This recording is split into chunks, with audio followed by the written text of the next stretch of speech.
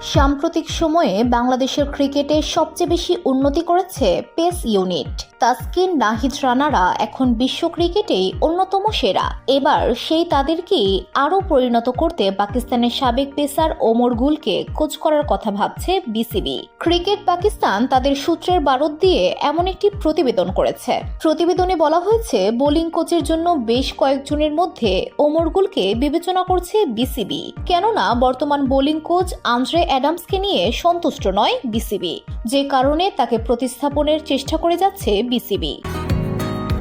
বসুন্ধরা, উত্তরা, বনশ্রী, কুড়িল ও বাড্ডা সহ রাজধানীর বিভিন্ন স্থানে অভিজাত ও অত্যাধুনিক মানের ফ্ল্যাট কেনার এক নির্ভরযোগ্য প্রতিষ্ঠান প্লেজেন্ট প্রপার্টিজ লিমিটেড।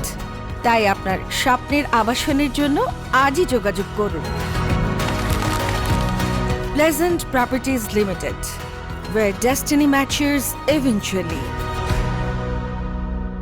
সূত্রের বারত দিয়ে সংবাদ মাধ্যমটি আরও জানিয়েছে, পাকিস্তানের সাবেক ফাস্ট বোলার ওমর গুল এই পদের জন্য অত্যন্ত শক্তিশালী প্রার্থী। এছাড়াও বিসিবি পেস বোলিং কোচ হিসেবে অস্ট্রেলিয়ার সাবেক পেসার শন টেটকেও ভাবনায় রেখেছে। পেসারদের বর্তমান কোচ আন্দ্রে অ্যাডামসকে প্রতিস্থাপনের কারণ হিসেবে জানা গেছে, বিসিবি বর্তমান বোলিং কোচ অ্যাডামসের পারফরম্যান্সে সন্তুষ্ট নয়।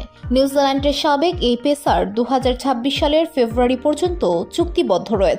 তার সঙ্গে নতুন করে আর চুক্তিতে যেতে আগ্রহী নয় বিসিবি, যে কারণে নতুন পেস বোলিং কোচ খুঁজছে বিসিবি।